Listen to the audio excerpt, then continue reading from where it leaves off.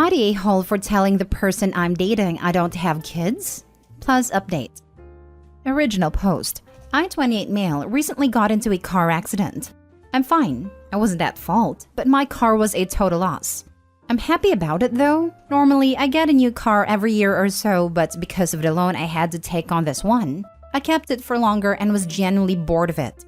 My insurance paid me out for the wreck, and with savings and the insurance money, I dropped cash on a used Ascion FRS. For those unaware, it's a little two-door stick-shift sports car. The problem starts with the girl I'm seeing, Jen, 24 female, and her son Zeke, 3.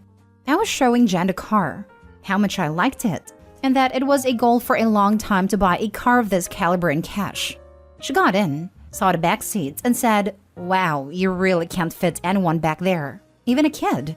I said, "Yeah, but it's really just me driving it, so I don't need a big car. And I don't have kids, so I really didn't need to be sensible." She immediately got out of the car and asked if Zeke meant anything to me. I said Zeke was awesome. He's a great kid, but he's not mine. She asked if I was even ready for the responsibility of a kid, and I said Zeke is the only one I've spent this much time with, but I've only been dating her 4 months and have known him for 2, so I really hadn't thought of him as more than her kid. She said I was seriously immature and acting like a teenager with my stupid car and grow up. I haven't talked to her at all since that conversation, which was yesterday, but she's texted me a few times letting me know how she feels. Her brother also let me know I needed to man up and start taking things seriously. The most confusing part is she drives a Honda Pilot, a whole SUV. So if I need to shuttle Zeke around, I can use her car, and I'm never alone with him anyway. Now for the top comments before reading the update. Not the a-hole. Honestly, for a short time you all have been dating, you shouldn't have even met this kid yet, let alone be making long-term financial decisions with him in mind. I really didn't want to. I've been child-free by choice, but I really liked her, so I decided to give it a chance. She called me one night to change a tire. I showed up and a 3-year-old was staring at me. We clicked, as I have 43 cousins and a lot have kids, but it's just because he's a kid, and I would be a massive prick to be like, "Get the heck away, you little turd." You are child-free? Dude, run. I don't date parents anymore. This one wants a father for a kid. I have no problem with kids or even being a stepdad if that ever came around. I'm just not actively trying to have kids of my own. I say child-free because it's easier than explaining I've been surrounded by babies and young kids my entire life, and I'm perfectly fulfilled not having my own. But if a future paper has them/wants them, I have no issue fathering or caring for a child.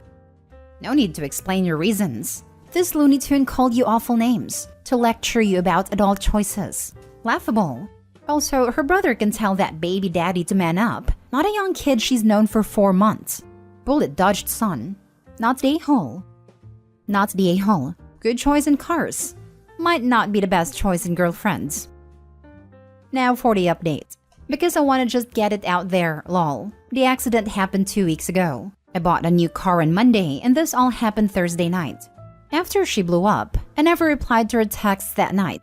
I was upset and wasn't in the headspace to calmly talk about what happened. So I smoked some weed, played GTA, and fell asleep. I worked today, Saturday, and wasn't able to check my phone. I work at a shop building high-performance cars on Saturdays, so I need all my focus going to clients that spend $20,000+ on these things. I came home and had a small conversation via text with her, where I then made this post. After, I told her over text I'm not selling the car, but in a few months I'll finance a truck since I need one to tow the boat. I promise I'm not rich, just professionally poor. I buy junk and fix it up. And she did not think this was an acceptable response.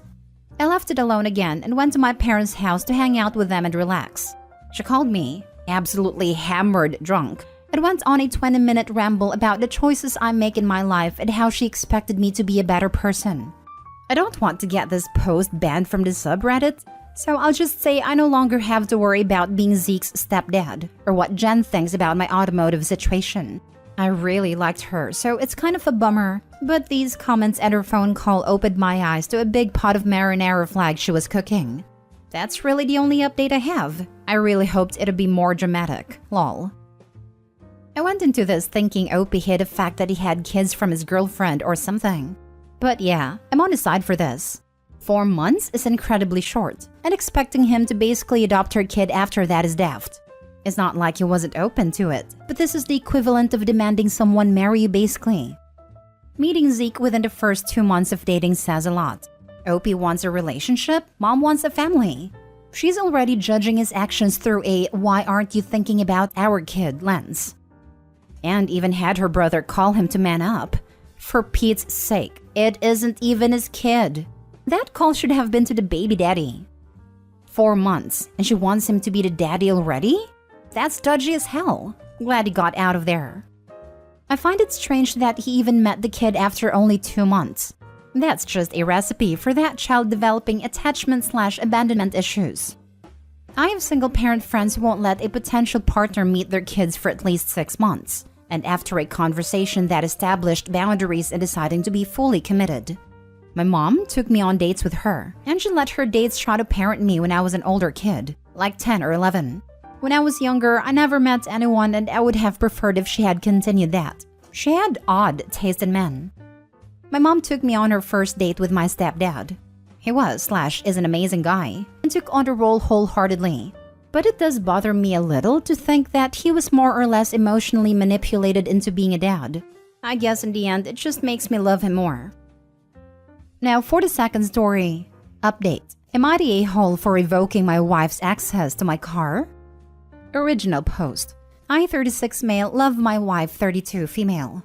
She is awesome and our relationship is solid, but she's a very different person than I am.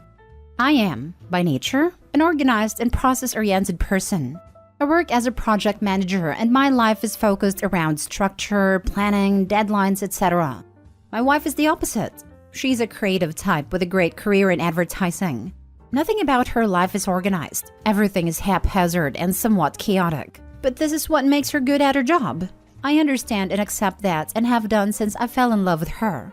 We're different and that's a huge part of her awesomeness. She's cool and exciting and brought new things to my life. I love that. The issue. We both have cars. My car's newer and has better tech, but they're similar. But I keep my car clean and tidy all the time, while her car is a mess. Garbage, empty coffee cups, trash rolls around when driving, etc.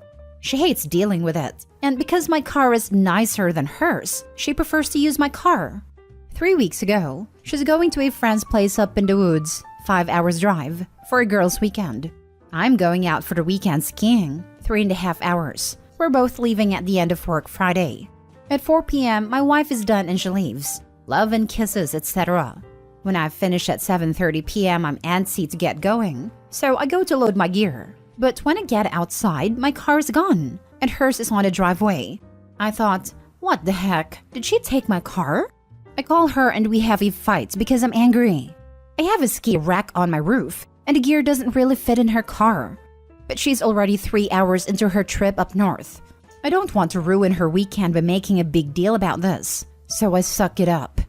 There's no gas in her tank as usual, so I get gas. And as I leave the gas station, I get pulled over. I'm just freaking angry at this point. Cop asks for license and registration, which I'm already looking for and can't find. There's tons of papers and receipts, and all sorts of random things in the glove box and center console. I can't find it. Cop, I pulled you over because your license plate tags are expired. Me, this vehicle is registered to my wife's name, of previous apartment address as she hasn't updated her registration. Cop, there's also unpaid citations on this vehicle. I have to inform you that I am impounding this vehicle. The cop writes up a ticket, calls a tow truck and tows it to the pound. Since then, we have had a couple of huge fights about this. I feel that she needs to be more organized, starting with keeping her car legal. To force the issue, I have revoked my wife's usage privileges of my car until such a point that we're on more of an equal footing, and she's mad about it. I'm not prepared to budge on it until she takes care of her car situation. So give it to me straight. Am I being an a-hole about a car? Now for the top comments before reading the updates 8 months later. Not a-hole. Wow, she really screwed you over. How can she even be mad at you? She should be apologizing. Okay, to be fair, she did apologize profusely when she found out what happened. She's not mad at me per se. I think she's mostly mad at the situation and probably a bit embarrassed. But yeah, it did seriously screw me over. Found out what happened? Dude, she's well aware that she got tickets and didn't pay them. She's well aware her registration is expired. She took your vehicle because it's legal and there was no risk of her getting pulled over and the car impounded. She knew her car shouldn't be on the road, and she left you with it anyway. Not the a-hole. Curious as to your wife's point of view though. She took your car without asking, probably to avoid being told no. You end up missing your weekend because of her car. And she's mad because she has to use her own car now? Yep, she uses my car all the time. And I am totally fine with it because we're a team and we share everything. She says she simply didn't think about it, and I'm inclined to believe her because that's true to her character. It's not really an excuse, but she's not the type to deliberately do something secretively that she knows I will disagree with. She's pretty open and we communicate well. In this situation, she messed up, and she knows it. But it's prompted a bigger conversation between us about her being a lot, more responsible. And now for the update. Hi everyone! It's been a while and I've had a lot of requests for an update. A lot has happened in the past 8 months. This issue really opened up a huge can of worms that I am having a hard time knowing what I want to do moving forward with. Bear with me, this is long. So here's what happened since this post. Important context, we never joined our finances. We have separate bank accounts where pay goes into, and a joint account that we both put our monthly funds to cover joint expenses. And it's been working fine for years. We also have separate accounts for things like cell phones, car insurances, and other stuff that we had before we got together. Retrieval of her car. 1. I've never had a car towed before, so didn't really know what to do. And holy smokes, this was a complete crap show. I called the number for the impound lot, and they informed me that before I could get the car back, we needed to pay off all the citations, get the car compliant, etc. Of course, the DMV doesn't open till Monday, so I'm without car all weekend. 2. Monday. We got into the DMV to sort this out. I find out that there are 47 unpaid tickets for my wife's car, going back for almost 2 years, which cost over $1,500 to clear out. I was dumbfounded. I almost exploded and asked what the heck is going on here. And she basically started crying, saying she knew it was an issue but didn't realize it was this bad. 3. She didn't have enough money to pay for the tickets because her credit card is maxed out, which was news to me too. She has a $10,000 credit limit on her card, so I paid it off. 4. Then we tried to change her registration from her old address to our address, which prompted a whole other issue. Her insurance has lapsed. I didn't know this either. So we had to get on with her insurance company to get that sorted out.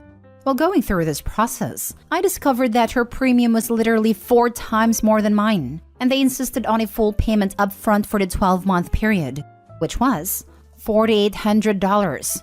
5. To get everything complete and a car to be released took 3 days. Then we went to the pound to get a car. $375 towing fee, plus a $90 per day storage fee, so $825 needing payment. Again, I had to pay because she couldn't afford it. We get home and I'm just fuming. This just cost me about $7,000 in a few days. Our first real fight.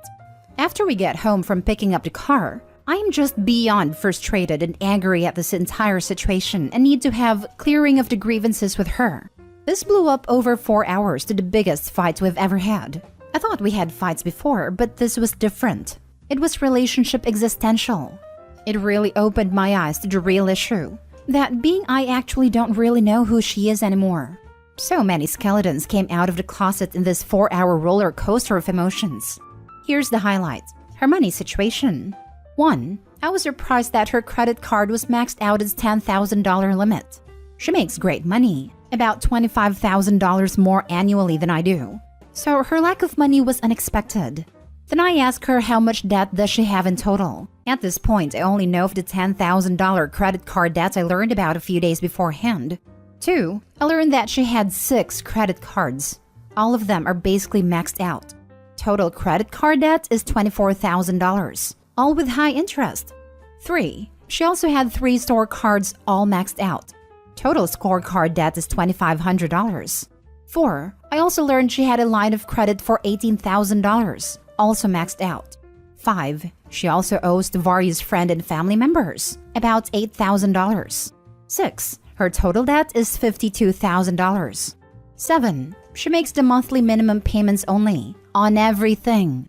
At this point, I am shocked and reeling. I can't believe it. I feel physically sick. I didn't know about any of this, and I'm at a loss as to why I don't know. I don't even know who she is anymore. We've been married 2 years, together for 5.5 years. When we moved from dating to a relationship, we had a pretty big talk about core values and what was important to be aligned on before getting really involved. Obviously, things like being exclusive are key, but I also said that financial security and being debt-free are very important to me.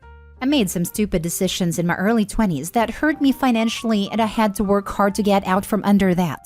I said I have 3 pillars that I wanted to build a future with her on. These were deal breakers. If she's not 100% on board, then we shouldn't continue dating because I was falling in love and I didn't want to go further unless there was a future. 1. Cheating in any form is a deal breaker. 2. Financial irresponsibility is a deal breaker. 3. Family. I want to have kids.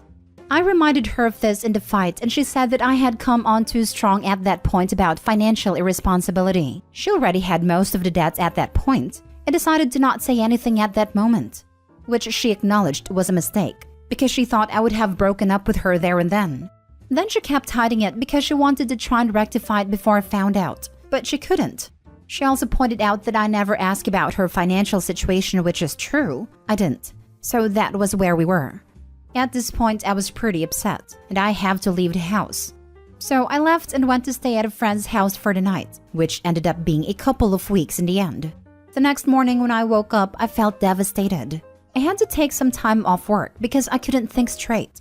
I kept racking my brains to understand how this happened. How did I not know? How did I not see the signs or evidence? I felt betrayed. It was like I had been cheated on, but somehow worse. I couldn't bring myself to speak to her for the first few days because I was so upset and or angry. I am not usually a very emotional person, so this was difficult to process. I would go from rage to tears to rage to despair in a few minutes. I didn't trust myself around anyone to not be a raging a-hole. She was blowing up my phone asking me to talk to her and come home, but I couldn't. Eventually, I asked my friend to call her and tell her to give me some space and time, which she did. But later on that day, I had her brother and both parents also reach out to me to see if they could speak. I politely declined and said I need time. Obviously, she was going through a tough time too and reached out to them for help. The last 6 months have been hard, but we're working through it. We're both committed to that. But I am still struggling with the enormity of the situation.